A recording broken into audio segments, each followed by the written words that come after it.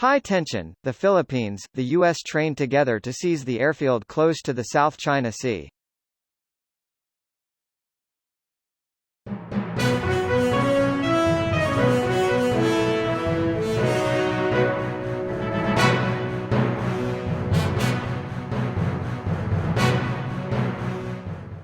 Philippine and U.S. troops conducted their first joint airfield seizure drill on an island adjacent to the South China Sea, aimed at helping the Southeast Asian country deal with any potential island invasion.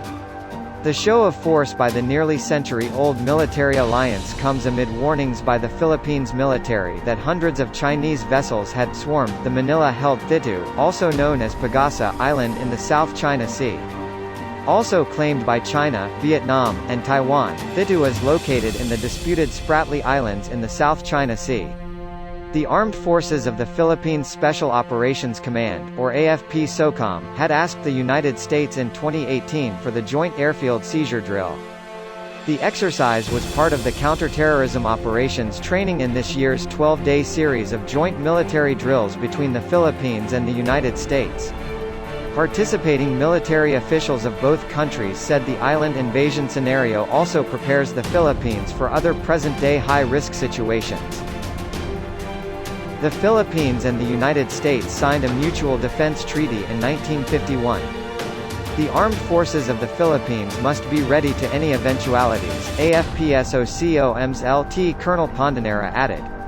Created in April 2018, the AFP-SOCOM combines the capabilities of the Philippines Special Forces working across land, air, and sea.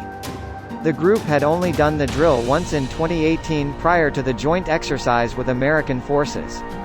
While the U.S. committed last March to support the Philippines should the latter be attacked on maritime territories, Philippine President Rodrigo Duterte admits the country does not have the needed military might to go to war with China.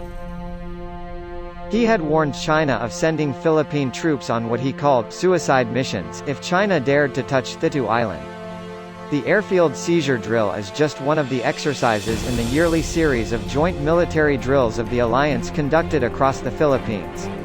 The drills are dubbed as Balikatan, a Filipino term that means shoulder to shoulder.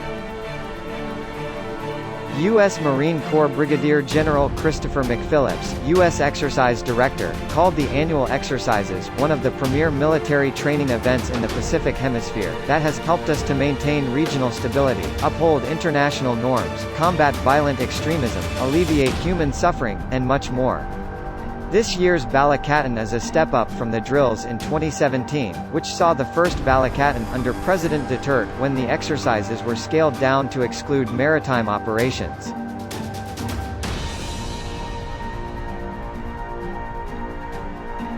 However, Philippine Defense Minister Delfin Lorenzana is still calling for a review of the said mutual defense treaty.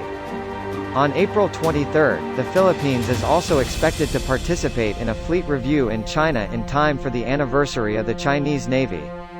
Lorenzana said the country is participating, upon the invitation, of the Chinese People's Liberation Army.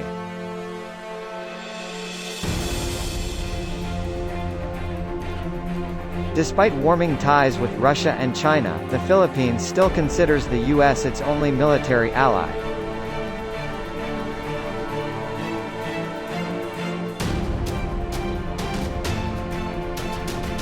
Philippine and U.S. troops have fought alongside each other during World War II, the Korean War, and the Vietnam War.